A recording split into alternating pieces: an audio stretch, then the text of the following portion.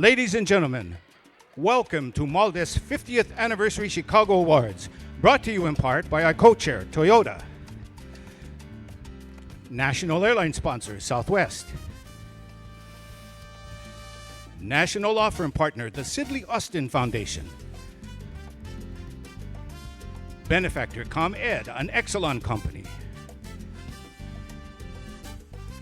Patrons, Barker McKenzie, Sodexo, Northwestern University.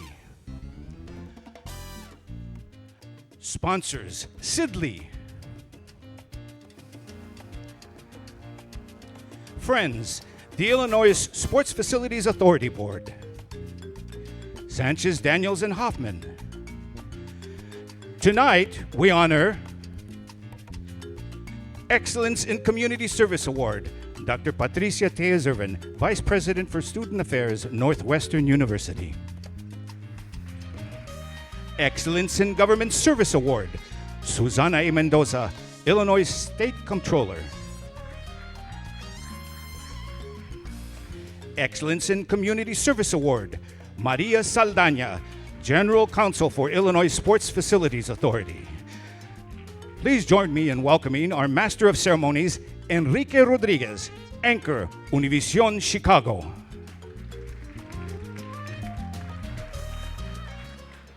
Buenas noches. ¿Cómo estamos? How is everybody doing tonight?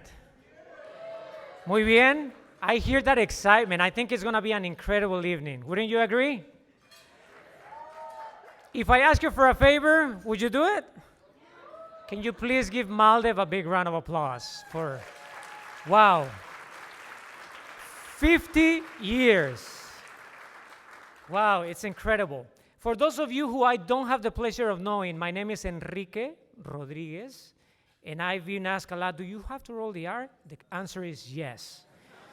You have to roll it, okay? At least do your very best. I know it's not easy, especially if Spanish is not your first language. I am the news anchor for Univision Chicago. How many of you watch Univision here in Chicago? Thank you. Thank you for your support. And you know what? I've always said that our job as journalists, and I'm sure you'll agree with me, is to use the power of that microphone to give our community a voice and to advocate for them. Wouldn't you agree? And that's exactly what Maldev has been doing for so many years. So we at Univision Chicago admire, respect, and celebrate everything that Maldev has done over the years and continues to do. So please give Maldev another round of applause. Now, on behalf of Maldev, we want to thank each and every one of you for joining us. Tonight wouldn't be possible without your support. That's very important for you to know. I am honored to be your host on this very special occasion. I've been the MC before, but this is 50 years, everybody. 50 years. The 50-year anniversary as the Latino legal voice for civil rights in America. That sounds great, doesn't it? Absolutely. And because it is such a special anniversary, before we begin tonight's festivities, we want to meet our amazing honorees, but we also want to share with you a few highlights from Maldev's remarkable history. I'm sure you're very familiar with it, but I think it's worth going over some of these wonderful highlights. As many of you know, Maldev opened its doors in 1968 in San Antonio, Texas, following coordinated efforts by Latino lawyers and community activists from throughout the southwestern United States, all with the purpose of creating a legal organization to serve the Latino community, which is essential. And today, Maldev is known as the Latino legal voice for civil rights in America. And you might be wondering why. Well, it's very simple. For the past 5 decades, Maldev's litigation and advocacy have led to new laws and policies with wide-ranging impact for the Latino community and for the entire country, to be honest with you. And so whether on the streets or in schools, in boardrooms, in legislative chambers, or even the courtrooms, right up to the Supreme Court, Maldev has earned its reputation as a champion for Latino civil rights. Give it up. Absolutely. And the journey continues. Let me give you an example. Last month, Maldev won a federal court ruling in Maryland that the Trump administration cannot, and let me emphasize this, cannot add a citizenship question to the 2020 census.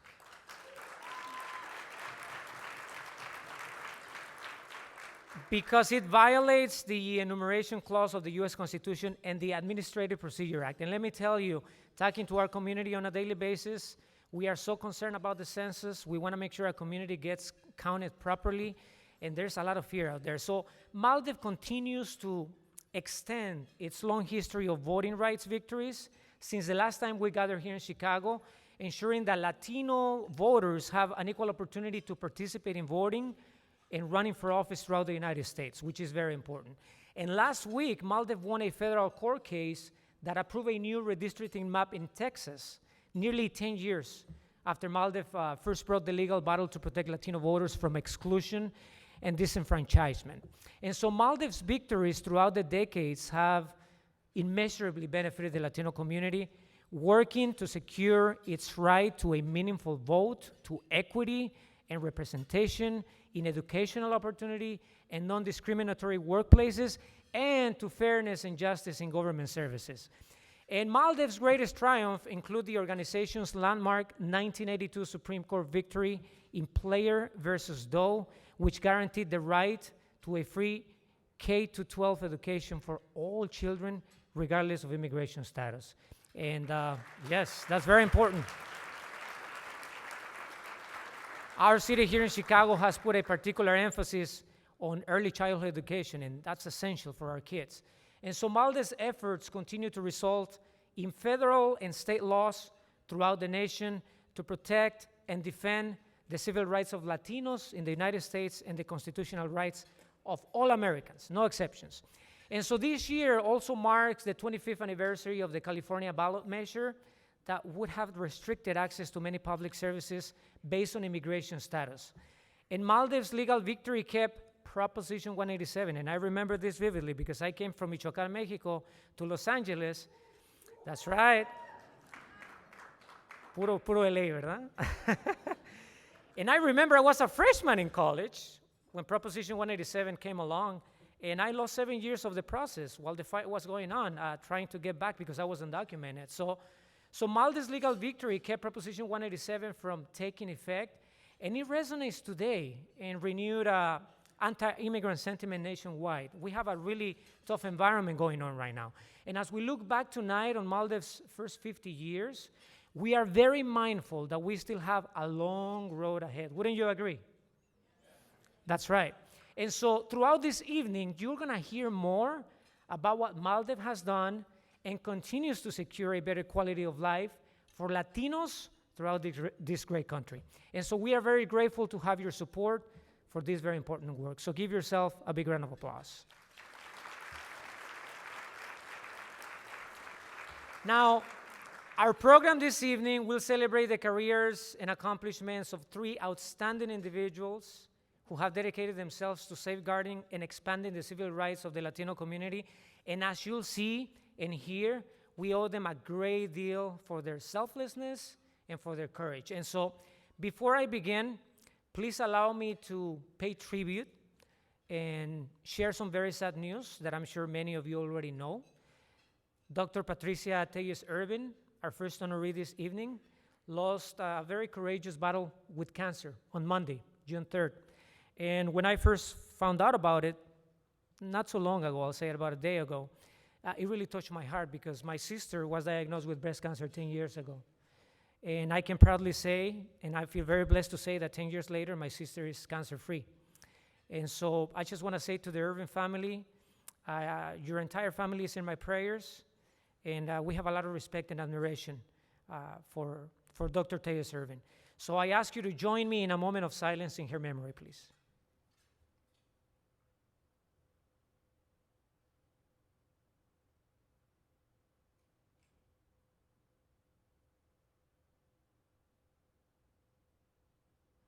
And as a way to celebrate her life, can we give Dr. Telles Irvin a big round of applause?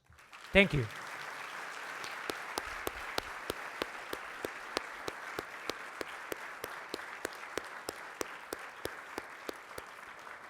How many of you had a chance to meet and get to know Dr. Telles Irvin? Please raise your hand. For those of you who didn't, well, let me tell you, I have the distinct pleasure of telling you a bit about how brilliant Dr. Patricia Telles Irvin is and will continue to be. She is the recipient of Maldives Excellence in Community Service Award. And Dr. Teyes Irving was the Vice President for Student Affairs at Northwestern University, one of our country's leading private research and teaching universities. The first Latina to hold the position. Latina power, right? That is correct. And her responsibilities included providing leadership for the Division of Student Affairs to accomplish its goals of being full partners in the student learning experience and fulfilling the mission of educating, engaging, and enriching. And additionally, she established offices to support the growing number of low-income students at Northwestern, including the Office of Campus Inclusion and Community. She raised over $30 million during the current capital campaign at Northwestern, a large percentage of which has been pledged to enhancing the experience for marginalized students, which is something that we all advocate for. And from 2004 to 2011, Dr. Teyes Irving was the first Latina vice president for student affairs at the University of Florida. During her time at that university, she increased student engagement while advancing multicultural and diversity affairs, including the Institute of Hispanic Latino Cultures. Dr. Teyes Irving also established a scholarship program that increased the number of first-generation low-income and diverse students at the university. She will forever be known as a national leader in student affairs and was the past president of NASPA, the National Association of Student Affairs Administrators in Higher Education, and was the first Latina to hold the position where she has also served as the chair of the board of directors. I hear a lot of first Latina, right? That shows how incredible she is. Dr. Teyes Irving received her bachelor's degree from Duke University and both her master's and PhD in education from Boston University. I now invite you to take a look at a video that Maldiv produced in honor of Dr. Teyes Irving.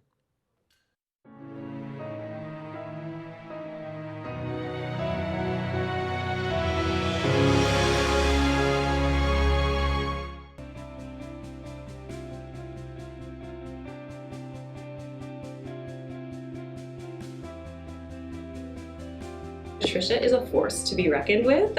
She is such a passionate and fearless leader. She sits in a space as one of the only Latinx vice presidents of student affairs, the only female, kind of cabinet member. She holds that role in a really powerful way and really leverages lots of support and has really transformed the experience for students on campus. I think Patricia has a great sense of humanity. She really cares about the world. Interesting upbringing herself with her dad being in such a prominent position, growing up in part outside the U.S. in Costa Rica, and going to Duke when she did. There weren't a lot of Latinas there, and I think she just has a different sense about what it means to create a truly inclusive community. So I love her humanity.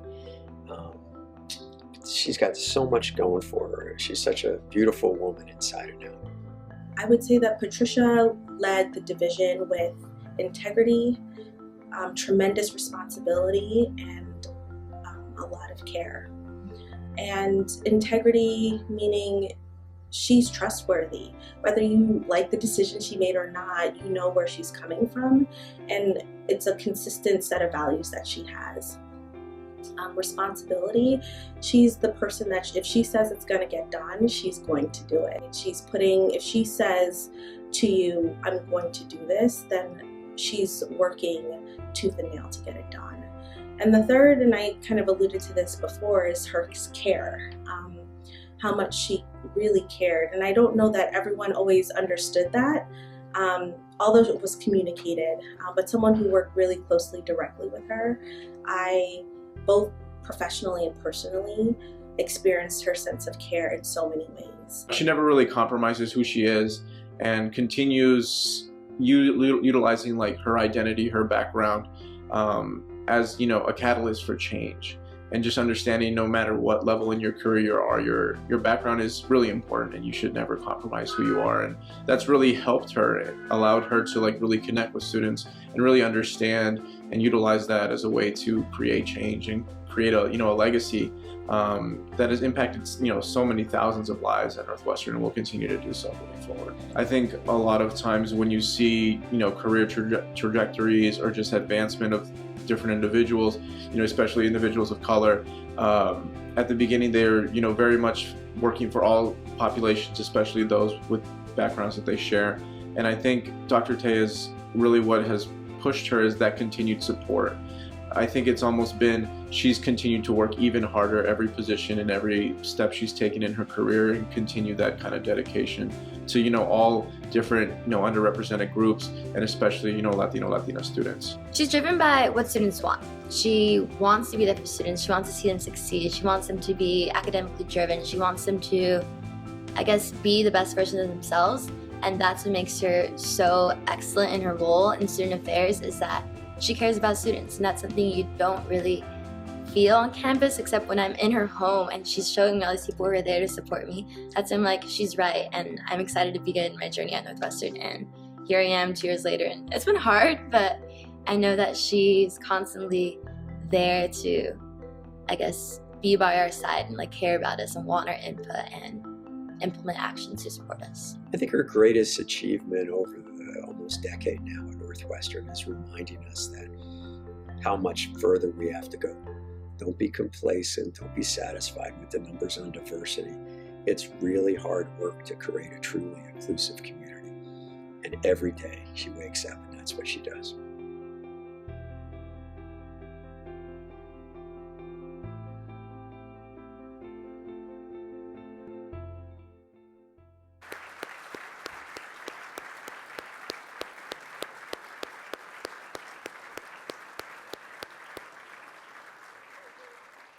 Ladies and gentlemen, Maldev is proud to recognize Dr. Patricia Tejas Irvin posthumously with its Excellence in Community Service Award.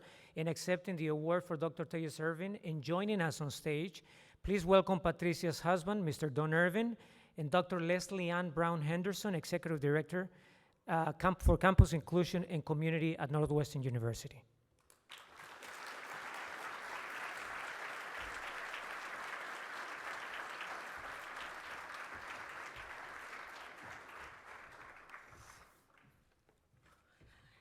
Please bear with me.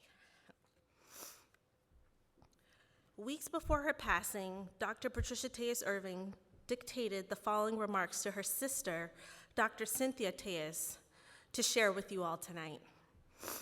She stated, "I would like to congratulate Maldev on its 50th anniversary and to express my appreciation for the extraordinary work you have done across decades to improve the lives of millions of Latinos across the country. You've been an inspiration to many of us. This award from Maldev is one of the highest honors I've received. I am truly humbled to be recognized by an organization that I've admired for years, from the time I heard about your work from my father, Ambassador Raymond Tejas.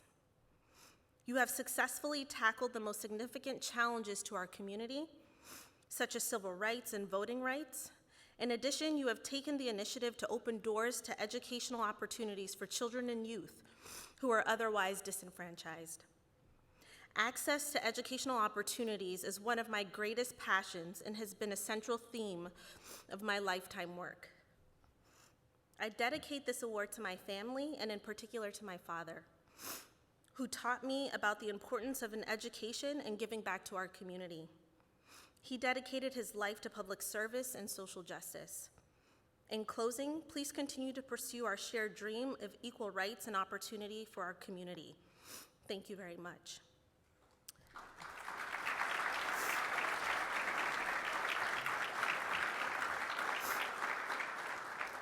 I have a few other things to add.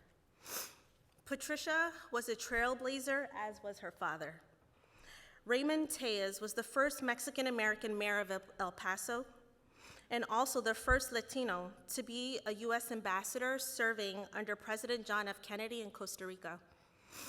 She always credited him with encouraging his daughters to pursue higher education, which both Patricia and Cynthia did to the utmost degree.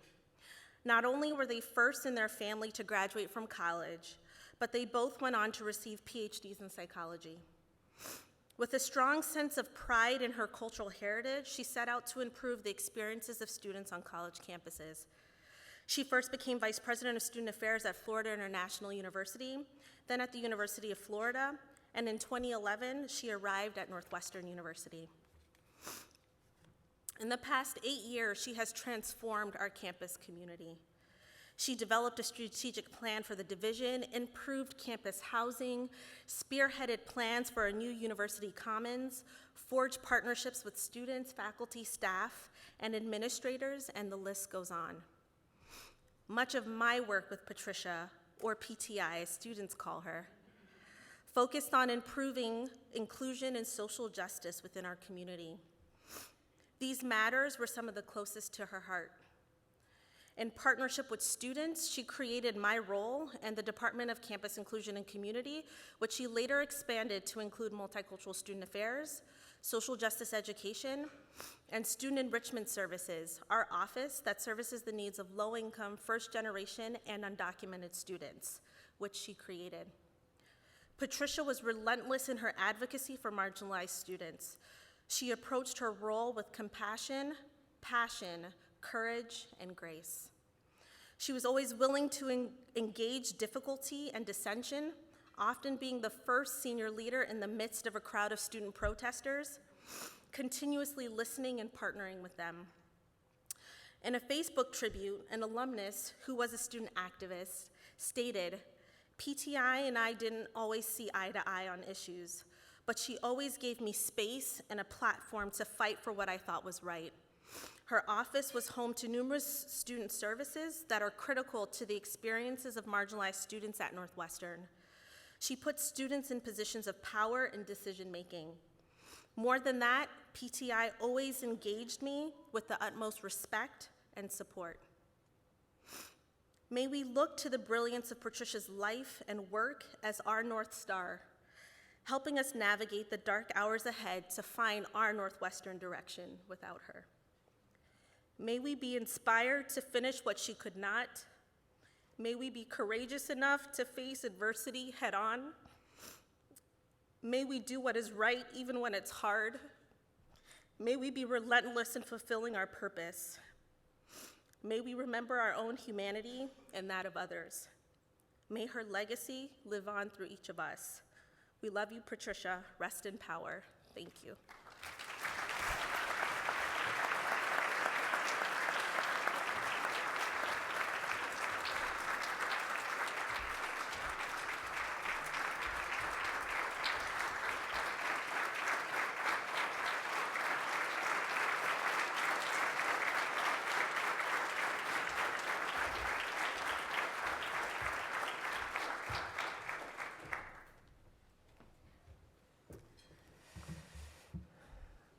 Thank you to Dr. Tejas Irving for everything that she's done. And we will forever be grateful for her dedication to the current and next generation of leaders. I will now have the pleasure of introducing Maldev's Midwest Regional Counsel, Griselda Vega Samuel. Let's make sure that we give Griselda a Latino welcome, please.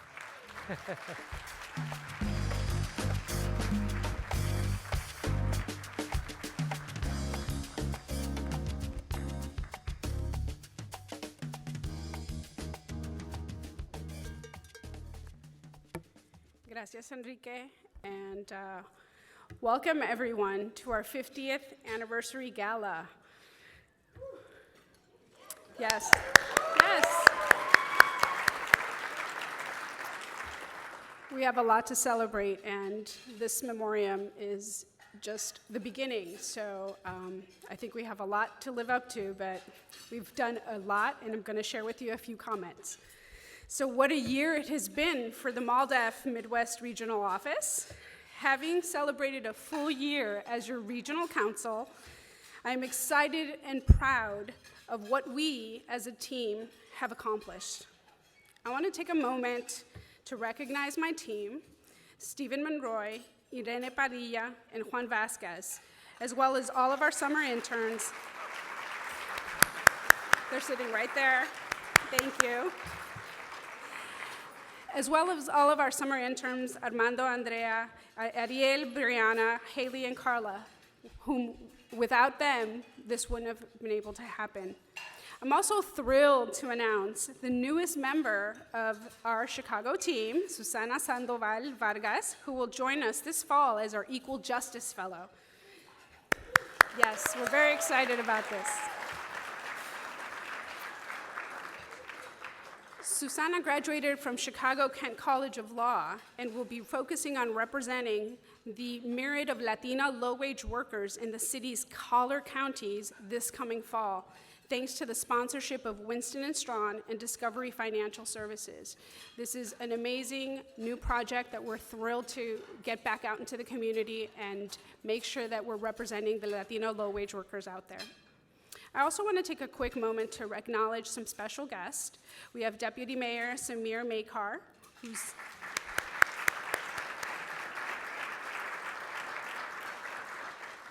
and former State Senator Miguel del Valle, who joined us at the reception. He made a quick stop, but I really appreciate him being here, and obviously he's the new Chicago Public School president, so thank you for coming. So this past year, MALDEF's leadership has been recognized with appointments to both the Governor J.B. Pritzker's Transition Committee on Equality, Equity, and Opportunity, as well as Chicago Mayor Lori Lightfoot's Good Governance Transition Committee, providing insights and recommendations on issues impacting the Latino community as these Illinois leaders craft their administration's strategic initiatives. It has also been a successful year of advocacy in Illinois. MALDEF led the drafting and advocacy on 4 bills soon to be on the governor's desk. A couple of the examples that I want to share quickly are the first one. We're ensuring that all University of Illinois students living in the states can serve as student trustees, not just those who are U.S. citizens. That's right. And we helped preserve access to justice by limiting how a victim's immigration status can be used in civil court cases, because we know that that's an issue that keeps coming up, and we want to make sure that people's immigration status isn't used as a weapon.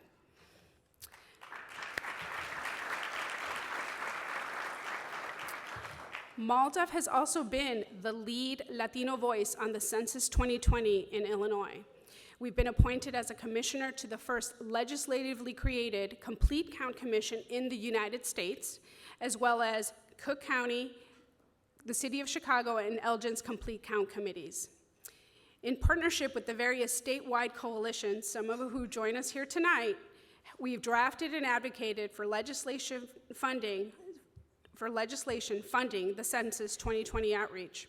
Our advocacy has helped secure a $29 million investment for grassroots census outreach, the highest per capita commitment in the nation to date.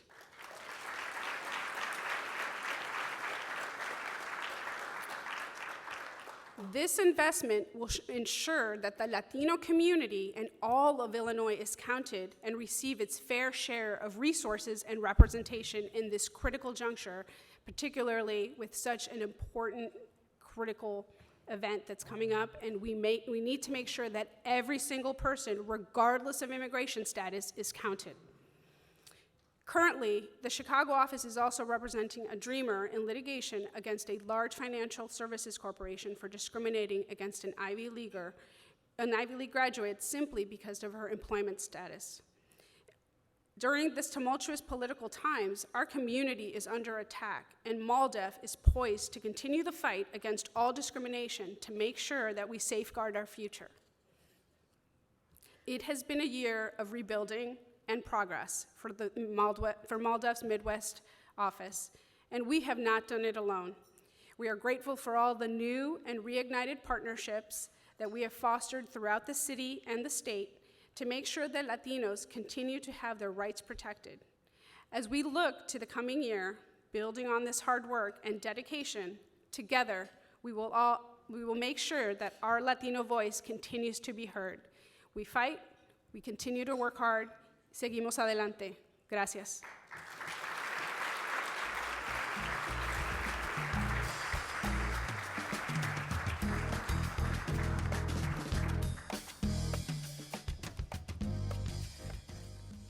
Griselda, congratulations, by the way. I never got a chance to congratulate you on your appointment.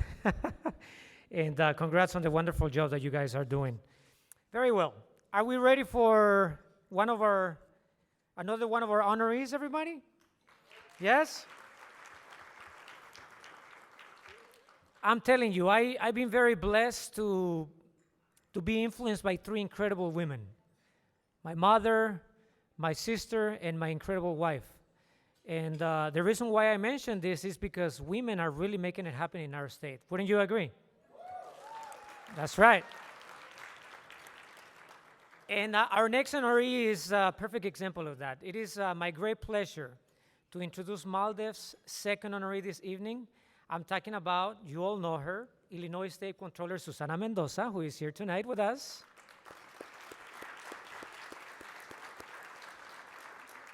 Susana is one of the very first politicians I met when I came to Chicago from Los Angeles back in 2004. I remember she was a very young state rep. She was the youngest in the legislature. And I remember one day sitting at a Starbucks, no, not a Starbucks, it was a Dunkin' Donuts, drinking a coffee with her, talking about, she wanted to talk to me about one of her projects. And I immediately realized, oh my goodness, this Latina is a go-getter. She's really going to go places. And there she is. Look where she's at now, right? Let's give Susana Mendoza a round of applause, everybody.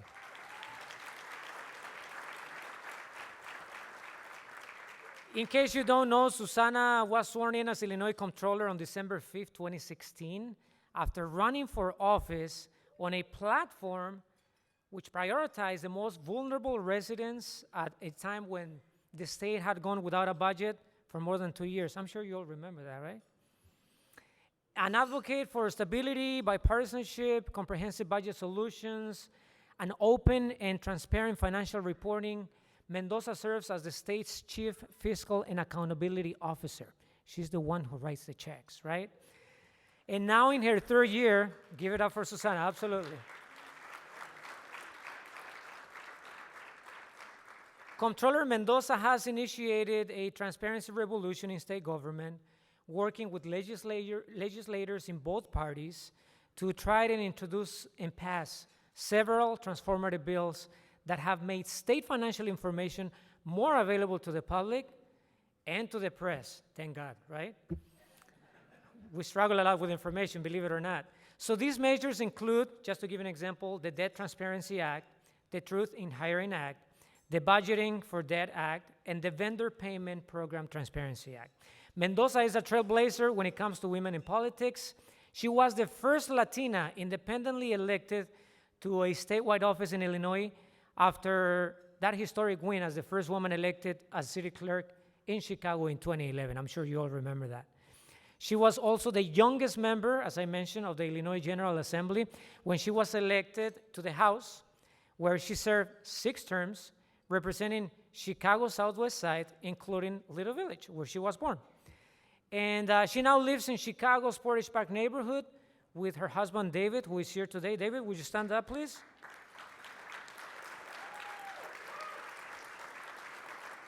And I was just telling David before we started, thank you for making a great woman even greater, David. Absolutely. And they also live with their 6-year-old son and her 83-year-old mother, who I have the pleasure of knowing. And I'm telling you, at 83, she looks so much better than most of us.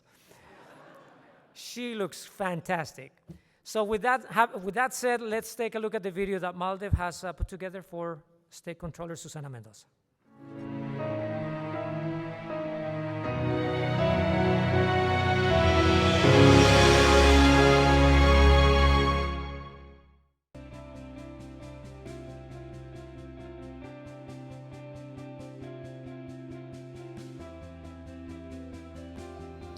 I think throughout her life, Susana's been driven by service, by helping others, by making sure that the challenges that she had to overcome as a youth are not challenges that the next generation has to overcome.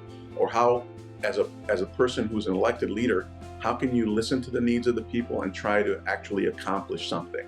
She's not running for office. She's never run for office to hold an office. She likes to say, I didn't run to be something, I've run to do something. And that's the hallmark of Susana, whether she was a state rep, whether she was a city official or a state official. It's always been, what can I accomplish, not what am I and what is my title. Interestingly enough, my impressions of her were she was kind of spunky, but passionate, committed not only to the citizens of Illinois, but committed to organizations like El Valor. She was very emotional about and adamant about supporting the community, and that was the thing. And I was also very involved in the community, so we had that in common. So I was always impressed with her about her commitment to our community. I think Susana has accomplished a lot. As I said earlier, being one of the youngest, if not the youngest, Latina elected official, being a Latina elected to office is also something that was significant in Susana's election. We still don't have enough Hispanic females elected to office and in positions of power and influence in government and elsewhere. So she has always been someone who has been leading the path on that issue. And even recently, when over the last year, she led an effort at the state level on the Me Too issue. So Susana has always sought to have gender equity and gender parity in the ranks of the elected officials and for women across the state of Illinois. But she's also been someone who I think has really focused her efforts on standing up to those in power when people who don't have a voice need that. Whether it was Bruce Rauner over the course of the last 4 years, where she was the only person to stand up to him on really critical budget and fiscal issues. And if not for that, the state of Illinois would have suffered even more greatly at the hands of the governor. So she's not afraid of bullies, and she stands up to them. And I think that, if you have to think of one thing about Susana, is she stands up to bullies. When I think about Susana, certainly what I think drives her, one is her family. She's very family focused. Two is an ideal and a thought on her part to represent our community the best way she can.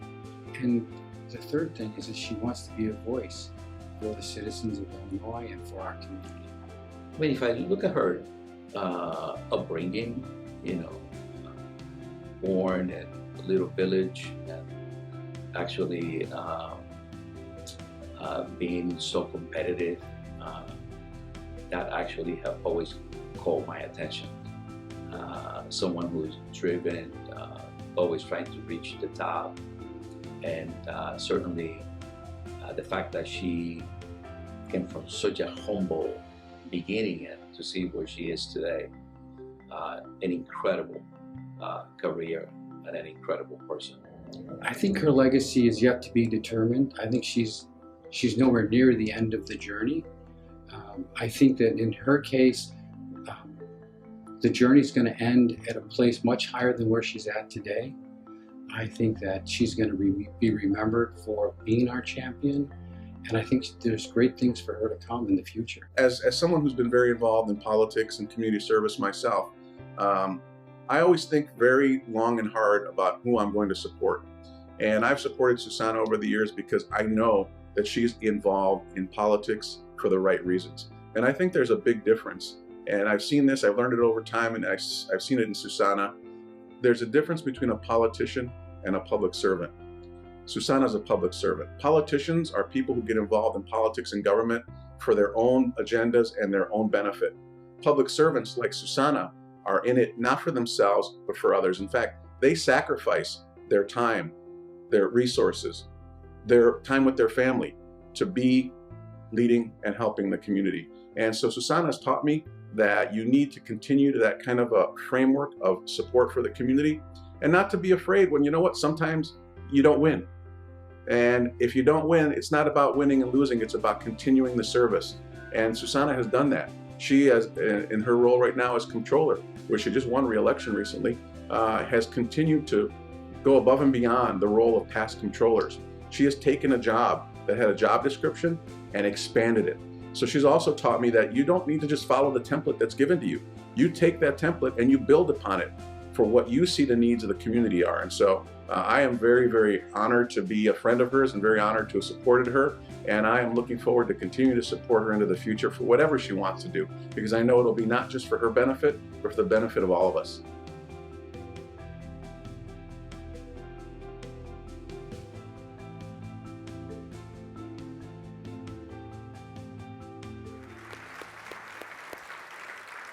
Ladies and gentlemen, the Excellence in Government Service Award goes to State Controller Susana Mendoza.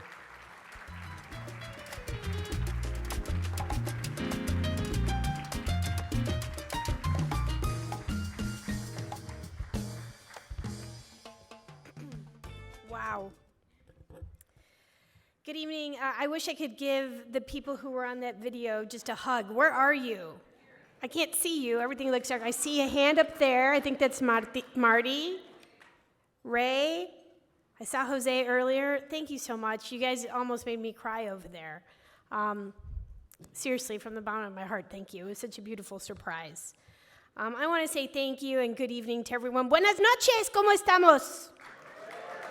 ¿Verdad?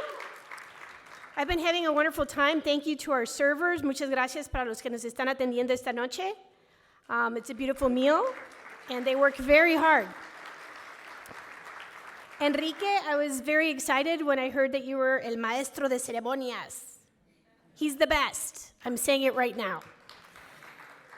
And I want to say that 50 years of MALDEF. I mean, wow, you look fabulous. I mean, not a day over 25, honestly. It's pretty awesome. But I'm so honored to be here. You can imagine that as the daughter of Mexican immigrants, I'm so proud and humbled to be recognized in such an amazingly special way tonight. Thank you from the bottom of my heart. Congratulations to my fellow honoree, Maria Saldaña, who we're sharing a table with, yes? She's a champion and a fierce leader for our community, and it's an honor to get to share this night with her. And my heartfelt condolences truly go out to the family and the many friends and admirers of Dr. Patricia Tellez Irvin, a fellow honoree who, as we all now know, has left us far too soon, but not before helping so many students at Northwestern University and the University of Florida. Students whose lives she impacted with their college experience, and truly her life and her spirit will live on through the many lives that she touched over the years and lives who have been truly influenced for the betterment of all society. I want to thank everyone who's affiliated with MALDEF for all of the great work that you do to protect our rights, our civil rights, Latino rights, and to make the United States an even better country than it already is. Our right to vote, our right to a quality education, our right to the same job opportunities and housing options as everyone else. MALDEF is always there standing up for us and fighting for us. Thank you. And thank you, we already mentioned this, but thank you for fighting so hard against the insidious census citizenship question. Please keep fighting. This is really one of the most important fights of our lifetime, and I appreciate everything you've done. Now, my parents, Joaquin, and the original Susana Mendoza. Yes, she's still going strong at 83, as Enrique mentioned, and she is, for the record, the only person who tells me what to do. Both my parents came here from Mexico with nothing but a strong work ethic, love for each other, and good, strong family values. They raised my brothers and me to share those same values and to value the opportunities that we have in this country. There are those, and I don't think I need to name names, who'd like to take those opportunities away from whole swaths of immigrants, especially immigrants of color, who spread fear every day and hate where there should be love and acceptance. Well, you should know that it fuels my fire big time to stand up and fight for the people of Illinois and the people of this country, because what happens here in Illinois is a reflection of what could happen or is happening in the rest of our nation. To stand up to hate and fight it with tough love. Not just love, you gotta be a little tough sometimes. We tell this to our 6-year-old. To fight for the right of immigrants and dreamers who make the journey to the most amazing country in the world, the United States of America, to have the ability to pursue the American dream, but not just pursue it, actually achieve it. Because my Mexican parents were blessed to eventually have the opportunity to become American citizens, And because of their values, which were passed on to me as my most important and significant inheritance, their Mexican-American daughter is today the highest-ranking Latina in state government. That's the true promise of this nation, and it's the promise of Illinois, and everyone deserves to share in it, and MALDIF fights for it every day. Thank you once again. Yes.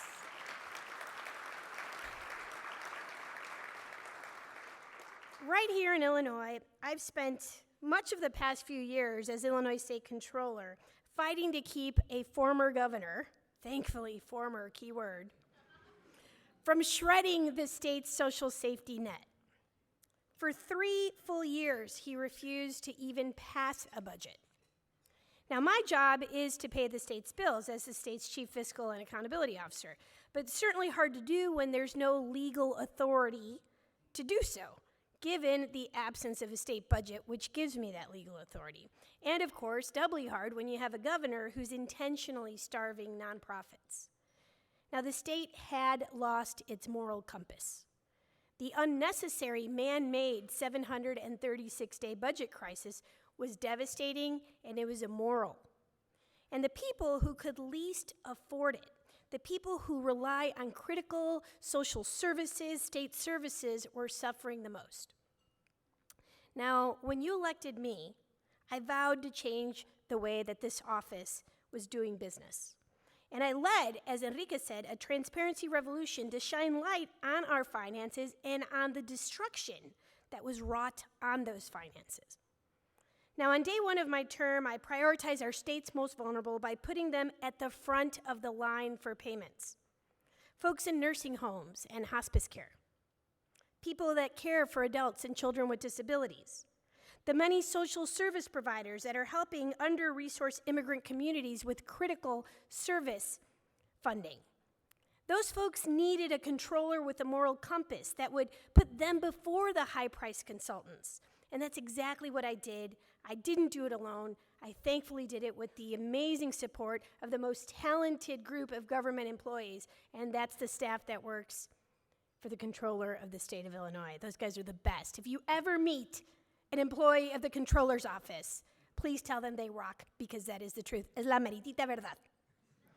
Okay. Now, successfully managing the state through the worst fiscal crisis in its history has certainly been the greatest challenge and the most incredible honor of my life so far. And while the damage from the budget crisis still lingers, the moral compass of this state is now stronger than ever. We just passed, with Governor Pritzker's leadership, a historic budget that will help people throughout every single inch of this state. We have legislators on both sides of the aisle able to work with the governor who actually wants to work with them to get things done. And boy, did we get some things done this last session.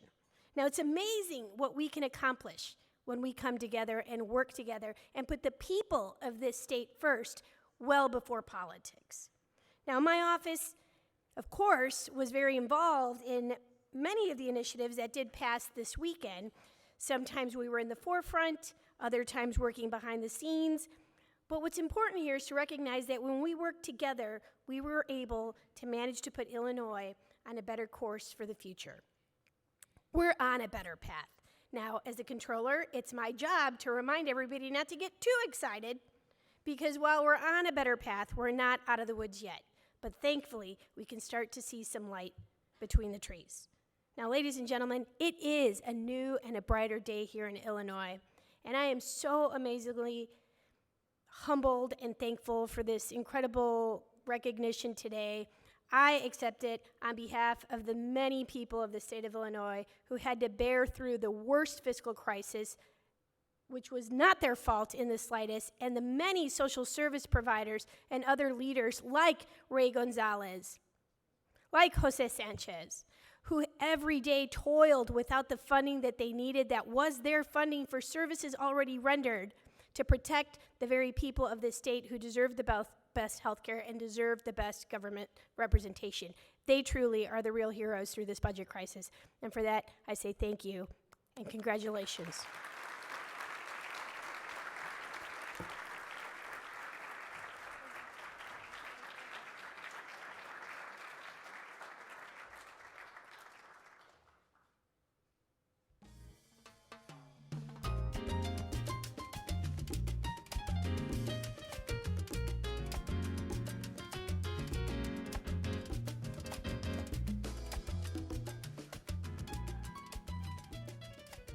Otro aplauso para la Contralora Susana Mendoza, por favor.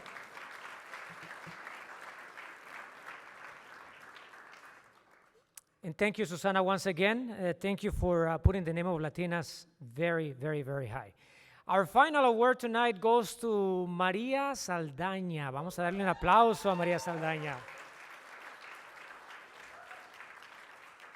She is the recipient of the Excellence in Community Service Award. We all know community service is extremely important. And María Saldaña currently serves as the General Counsel for the Illinois Sports Facilities Authority and is of counsel at Sanchez Daniels Hoffman LLP. Ms. Saldaña practiced law for over 20 years in the private and public sector and has over 10 years of experience as an investment banker in public finance. Maria, is there anything you don't do?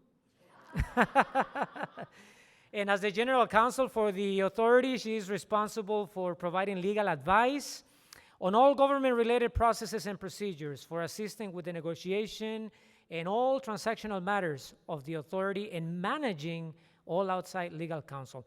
Ms. Saldaña's experience as an attorney includes work at 2 major law firms. She specialized in public finance at Skadden, Arps, Slade, Meagher, and Flom, and was a partner at Alzheimer and Gray in the government practice area. And in addition to that, her legal experience in the private sector, Ms. Saldaña worked as an in-house counsel for the Corporation Counsel's Office for the City of Chicago, where she was head of the finance division for the city's law department. Ms. Saldaña spent close to 10 years in investment banking in public finance. She served as the head of investment banking for Popular Securities, Inc., which is an affiliate of Banco Popular, and led a team of bankers with offices in Chicago, New York City, Houston, and San Antonio. Ms. Saldaña has been civically engaged throughout her professional career. She has served on the board of Chicago Public Schools. She served as the president of the board of the Chicago Park District. She has been on the boards of numerous nonprofits, including MALDEF, of course, and the Resurrection Project, and is currently an advisory board member of the Illinois Justice Project. And she keeps on going and going and going, right? She received her undergraduate degree from Stanford University and has a JD from the University of California, Berkeley. So please, yeah, give it a round of applause. Absolutely. Come on.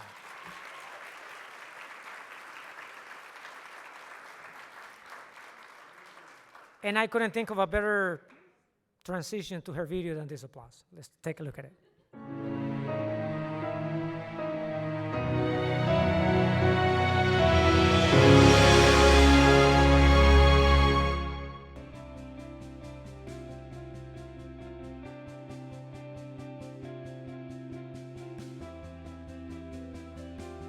I think Maria's greatest accomplishment is her commitment and steadfast focus on social equity and social justice. It's manifested itself in a whole series of different ways, but I think if you look back over her career, that's been the guiding principle in her life. I think an important lesson that Maria can teach people is the way that she can balance her professional life, her commitment to social justice, and her love and caring for her family. Well, you know, my first impression was, one, what is a Latina doing in a silk stocking law firm like this? How could she have been there? And then I find out how. I mean, she went to Stanford undergrad, she went to Berkeley Law School, and I was just very, very impressed by her credentials. And then as I got to meet her and know her, I was even more impressed by her personality, her ethics, and her willingness to give back. We had similar stories with regard to parents and Bracero program and farmers and coming to this country and making the kind of contribution today, unfortunately, that's being criticized by somebody in the White House. But it's folks like us and our parents who made the sacrifice to come here, get us educated, and then we make the kind of contributions, and Maria has added to that for decades here in the Chicagoland area. I think Maria has a real sense of justice, a real thirst to see positive change occur in our society. I think she learned as a young woman, as an adolescent, the importance of those of us who have had the chance to become the first in our family, perhaps to graduate from high school, to attend college, that we have a sense of responsibility in making an impact on the institutions that are key to the advancement of our community, to provide good opportunity, to remove barriers like discrimination that hold minority groups back, that hinder the possibilities for poor people to do better in society, and that we have a responsibility to be rabble rousers in the best sense of the word, to shake things up, to ask questions, to provide analysis, and also to inspire young people to overcome barriers so that they can excel in society. You know, I've learned that, and indeed, I know this firsthand because she, not only my general counsel at the Illinois Sports Facility Authority, but she's of counsel to our law firm, which has now been in existence for 32 years. I've learned that this lady is smart, she's dedicated, she's committed, and if she agrees to take on a project, to take on a challenge, you can take it to the bank that she's going to succeed.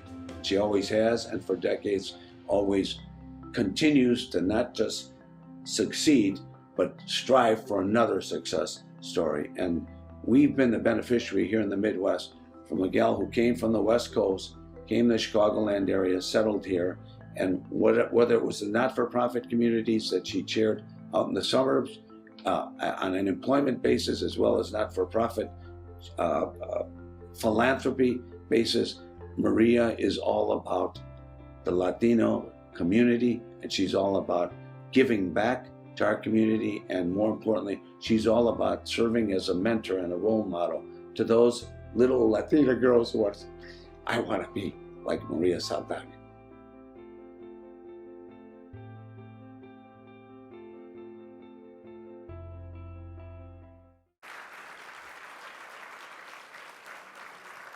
Please welcome someone who needs no introduction to receive the Excellence in Community Service Award, Maria Saldaña, everybody.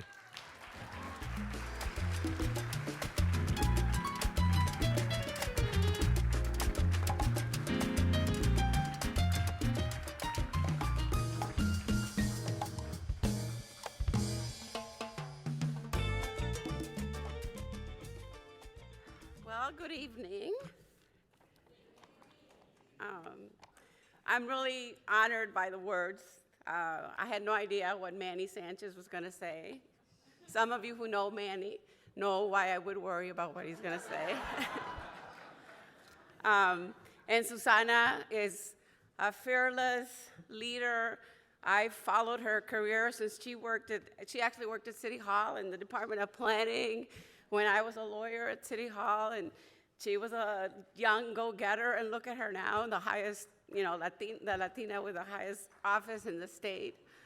But what I want to say is thank you to all the Maldefians that do the work that you do. And thank you, Tom Sines, for your leadership. The work you do is more important now than ever. There was a time, more than 10 years ago, before Obama, remember when we thought that there was a consensus that what we needed was comprehensive immigration reform with a path to citizenship, not just for the dreamers, but for the more than 11 million undocumented people living in the shadows and living in fear of being deported. Heck, even Lindsey Graham agreed back then. But now we are building walls, separating children from their parents at the border with no intention of reuniting them. I think that's called kidnapping. I just want to say a little bit about myself. I was born in the southern tip of Texas by the border. I was a migrant farm worker. My parents traveled with us to states like Nebraska, Idaho, Utah, to work in the fields during the summer and sometimes into the fall. Some of you may know the conditions under which migrant farm workers worked back then. We lived in one-room shacks with no indoor plumbing, and we worked from sunup to sundown in the fields. I graduated valedictorian of my class, high school class.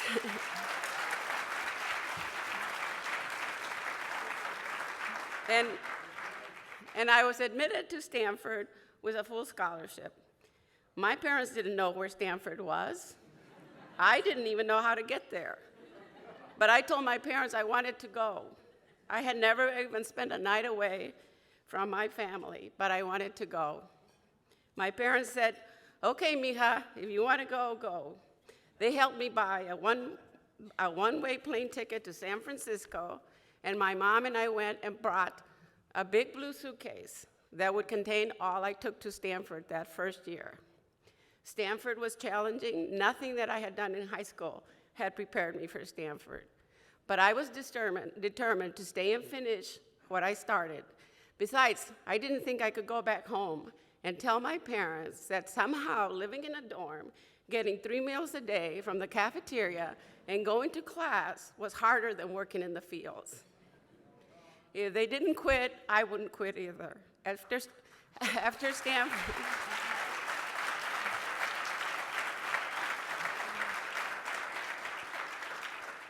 After Stanford, I went to law school because I had no idea what I wanted to do next. And some good friends encouraged me to go to law school at UC Berkeley, so that's what I did.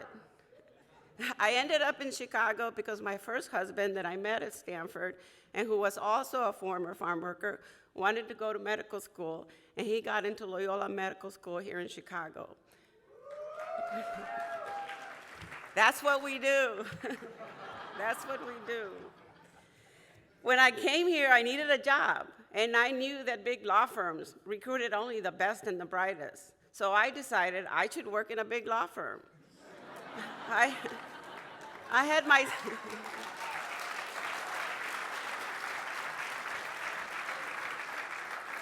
I had my sights of becoming a partner within 7 years because that's how they measure success in those big law firms.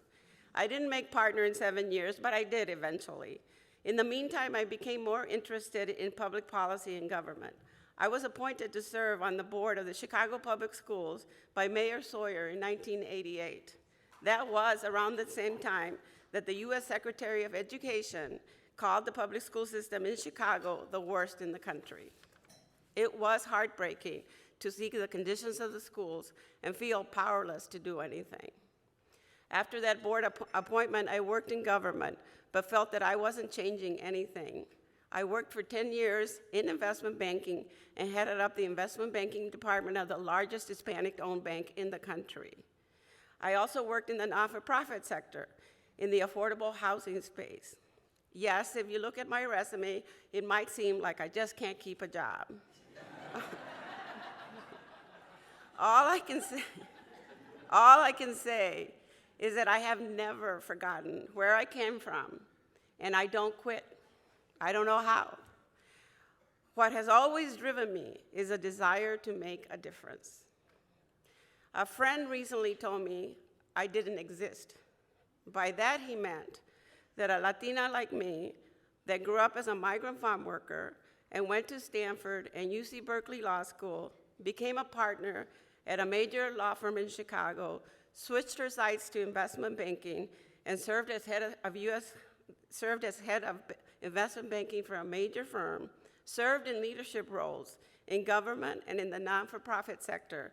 That person didn't exist because no one knew about her. Thank you, Maldiv, for giving me the opportunity to say, I exist, and thank you for your recognition.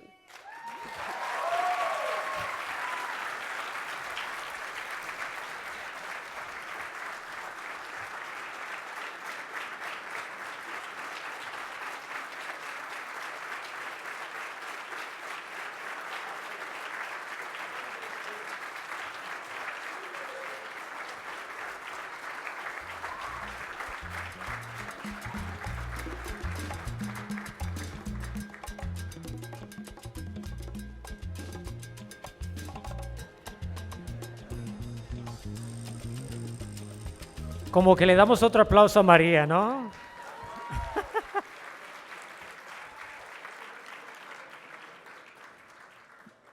Maria, thank you for being so awesome. You're truly an inspiration for all of us. Thank you. Thank you. And now I would like to introduce someone who needs no introduction. Please welcome to the stage Maldiv President and General Counsel. Give it up for Mr. Thomas Sands.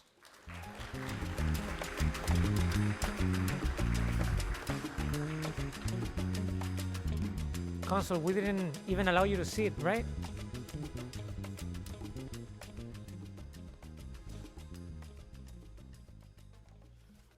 Good evening, everyone.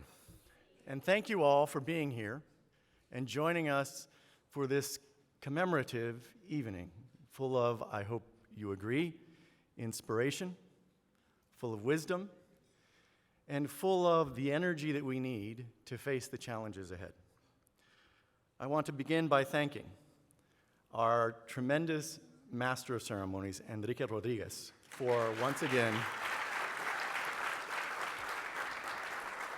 leading us through this evening with such charisma and such energy for all of us. Thank you. I want to thank our board.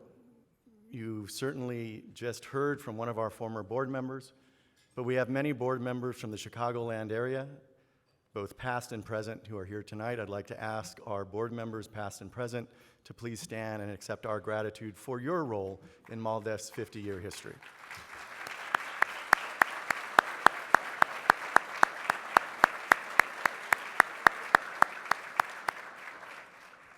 You all heard from our inspiring leader here in Chicago, Griselda Vega Samuel, earlier in the evening.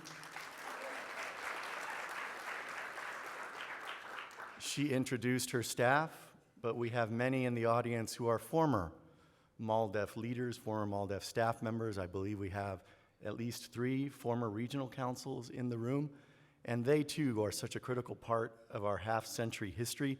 I want to ask all of the MALDEF staff members from the present and from the past to please stand and accept our gratitude for your part of our history.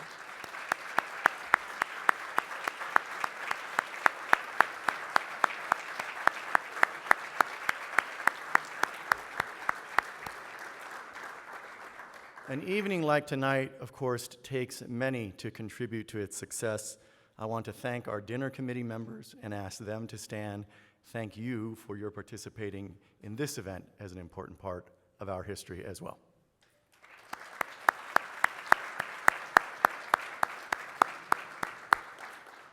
And I want to thank our staff leaders who have participated in creating the success of tonight: Gina Montoya, Sandra Hernandez, Julie Gallego, Belen Cid Garcia, Brian Gomez, Jose Delgado, and many others who have helped to put together this tremendously successful evening tonight. I'd ask them to stand and accept your applause as well.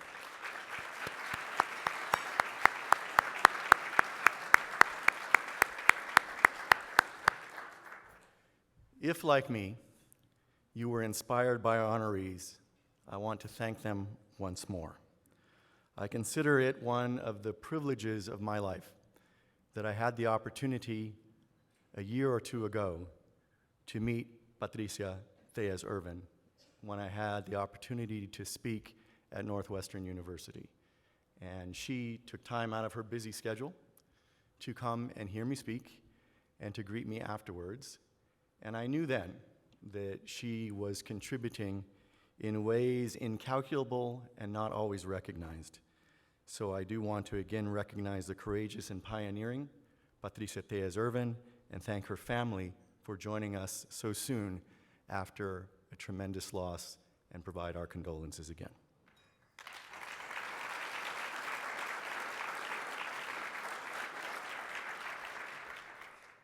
I also had the opportunity a year or 2 ago to hear from your comptroller as she spoke to a group of this size, perhaps a little larger, put together by Illinois State LULAC, and I knew then from her remarks that, like Enrique, she was someone who was going places.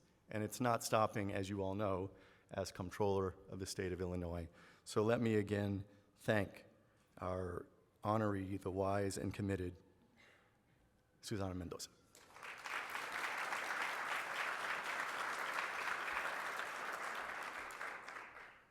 I returned to MALDEF almost 10 years ago.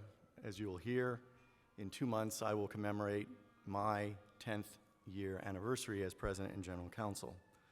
But I will tell you that one of the first things I did in returning as the leader of this tremendous organization was to invite Maria Saldaña to return to the MALDEF Board of Directors. Unfortunately, she only stayed for a couple of years, but I knew that it was the right move to bring her back. With her wisdom, with her advice, we would continue to thrive in Chicagoland. So please let me thank once more the dedicated and exemplary Maria Saldaña for all that you have done.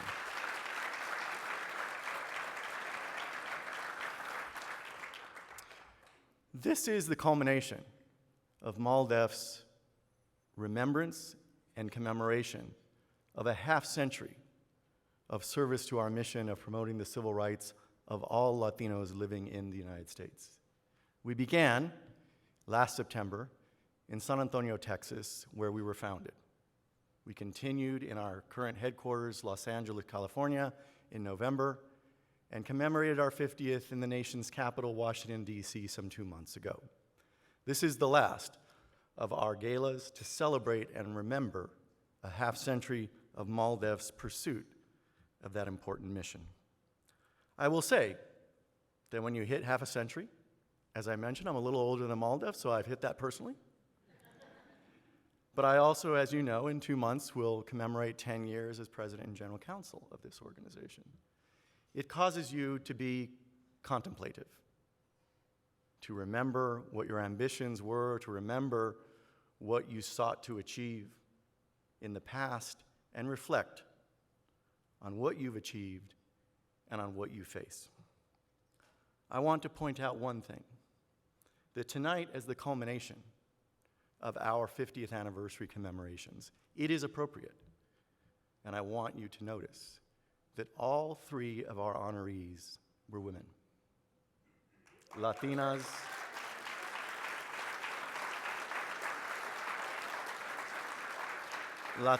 who have and continue to make contributions to the betterment of not just our Latino community, but the entire community.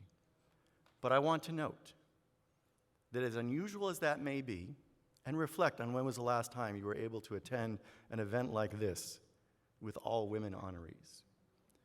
But that is also a reflection of MALDEF's 50-year history, because I am proud to note, as I have in the past, that for 29 of our 50 years, MALDEF was led by women in the position of President and General Counsel.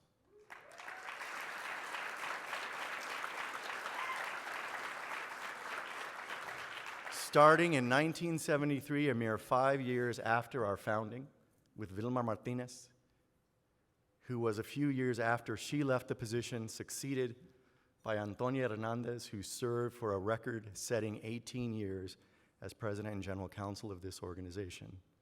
Our history is marked by the contributions of Latina women, and that too is a harbinger for the future.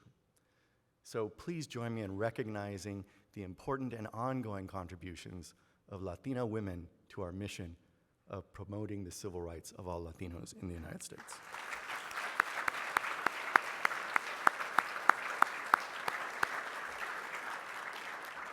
Now, as many of our past leaders have been asked to comment on our 50th anniversary, so many of them, including the aforementioned Vilma Martinez and Antonia Hernandez, have remarked upon the fact that after 50 years, with an expectation that they had during their leadership, that our success, and we've had tremendous success as you have heard, would mean that there would be less of a need for MALDEF after half a century.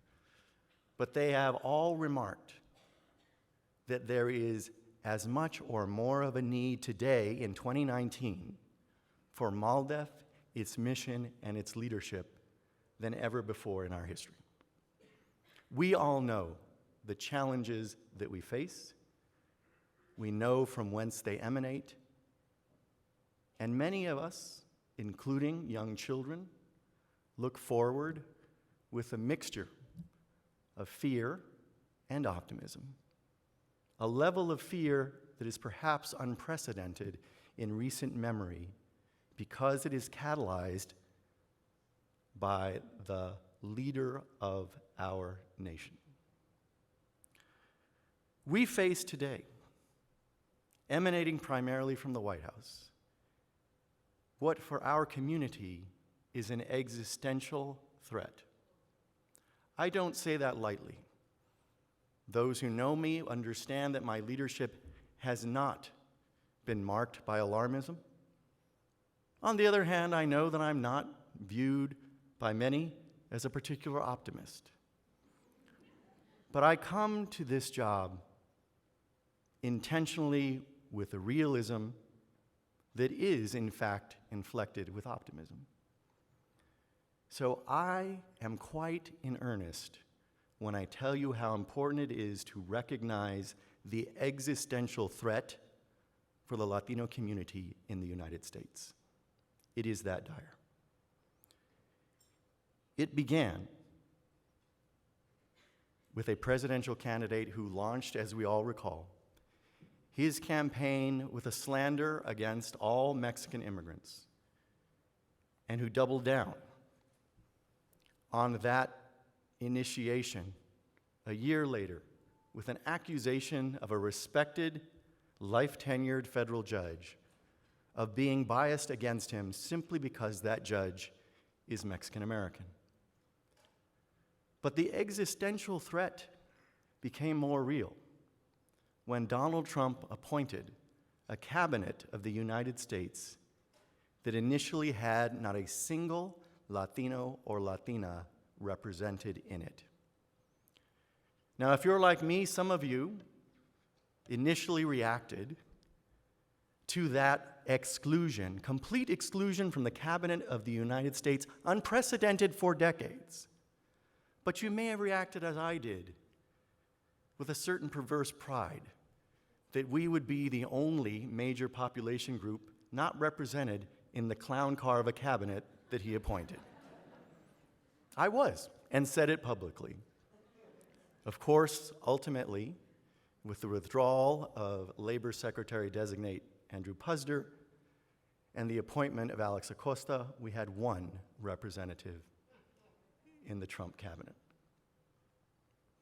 It continued, perhaps unsurprisingly, by his record to date, that despite record-setting pace of nominations to our judiciary, this president has to date not nominated a single Latino or Latina to be a judge on any of the courts of appeals around the entire country.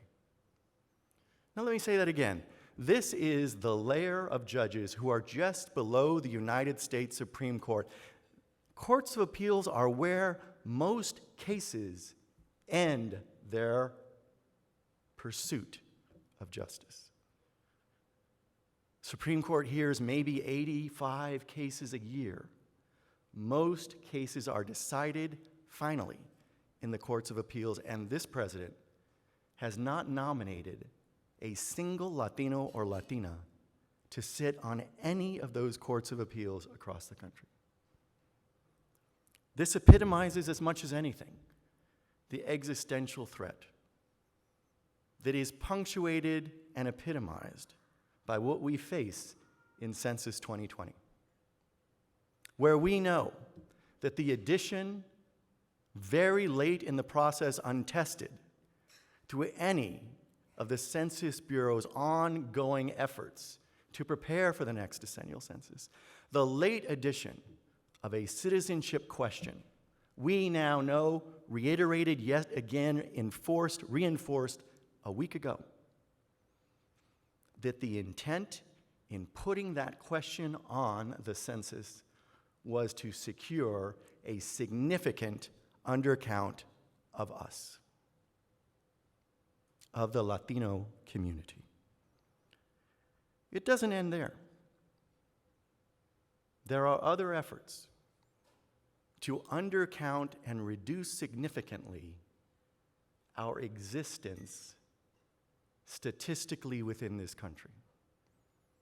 Not emanating directly from the Trump administration, but undoubtedly inspired by the leadership, quote unquote, of the White House. The state of Alabama has commenced a lawsuit A few weeks ago, I was in Birmingham, Alabama for the first time to argue in this lawsuit.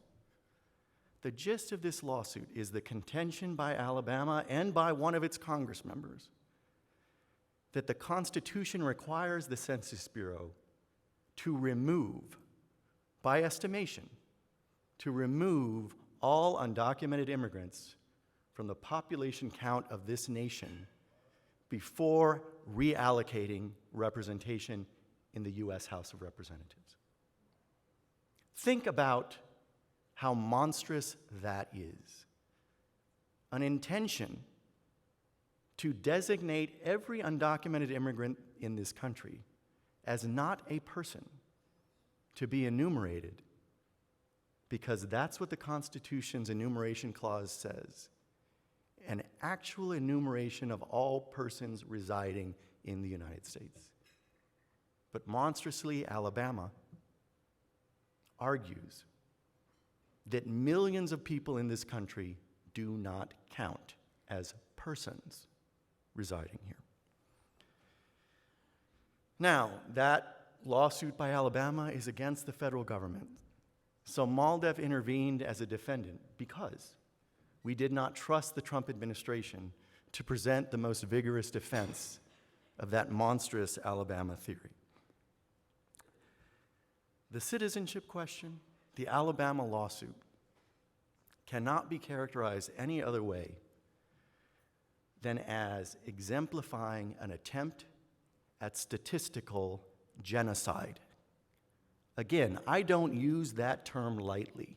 But there is no better way to describe an attempt to discount, whether formally as Alabama seeks, or informally through a question that is designed to deter participation in the census. There is no better way to describe that effort targeted at our community than as an attempt at statistical genocide.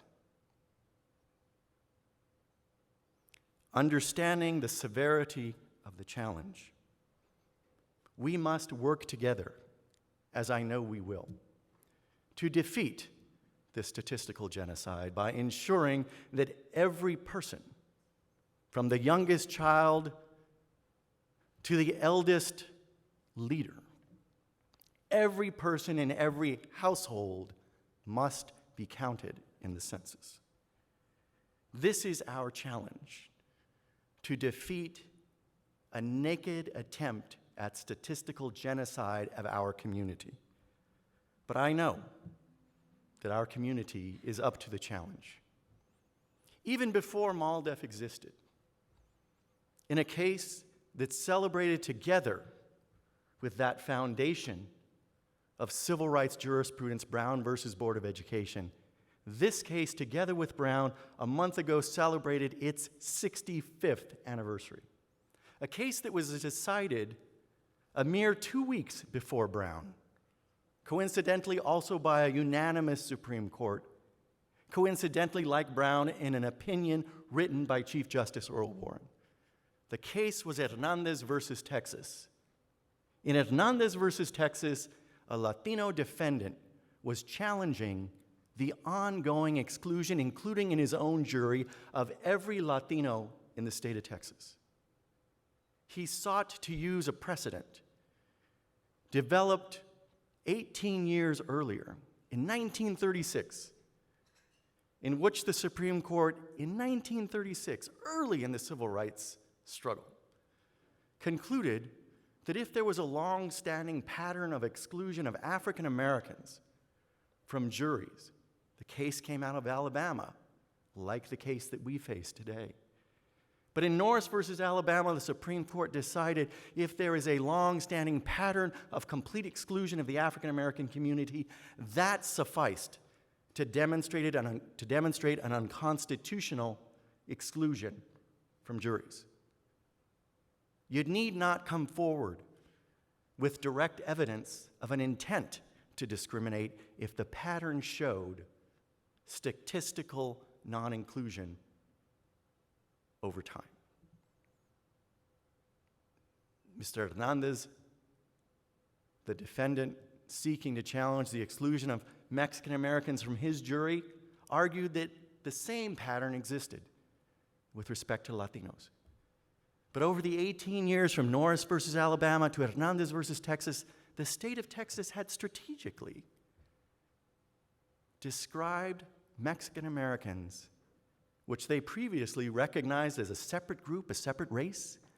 But strategically, over 18 years, the state started to characterize Latinos, Mexican Americans, as part of the white race, so that they could make the argument, importantly, did not succeed, but could make the argument in Hernandez that because Mr. Hernandez and every Mexican American in Texas was a part of the white race, they could not complain that their group was excluded from juries because, after all, his entire jury was white.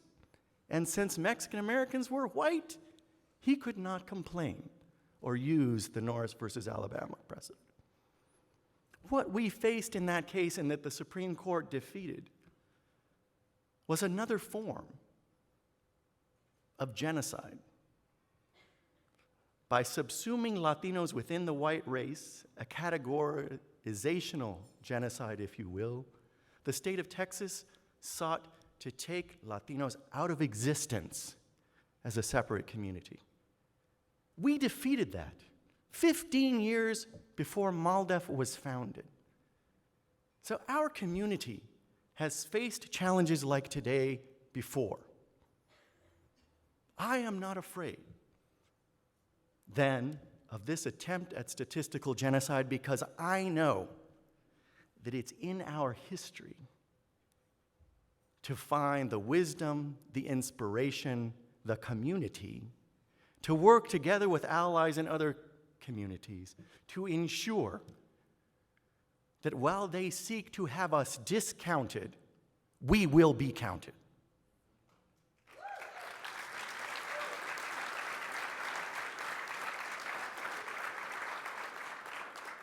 MALDEF fighting in court against the citizenship question, fighting in court against the monstrous lawsuit by the state of Alabama. We are doing our part. And together with others represented in this room and beyond, partners, collaborators, supporters, we will together, from within the Latino community and outside of it, ensure that this attempt at statistical genocide is defeated.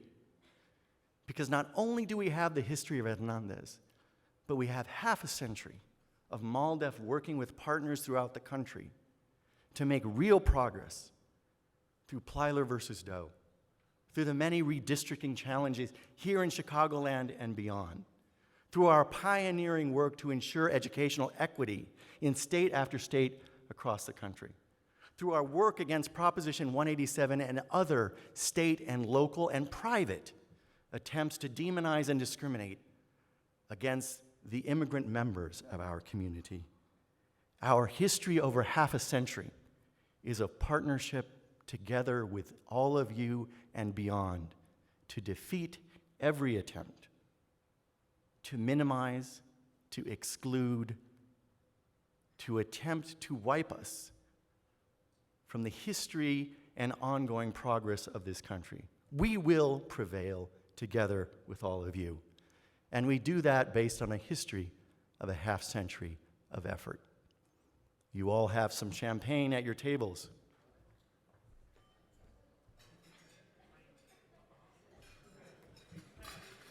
Please join me in a toast to MALDEF and our partners in the next 50 years. Salud.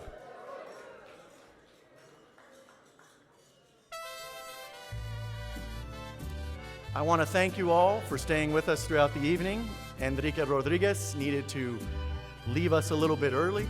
My remarks went too long, but I want to thank you all once more for supporting us at this 50th anniversary Chicago Gala, and we look forward to partnering with all of you over the next 50 years and beyond.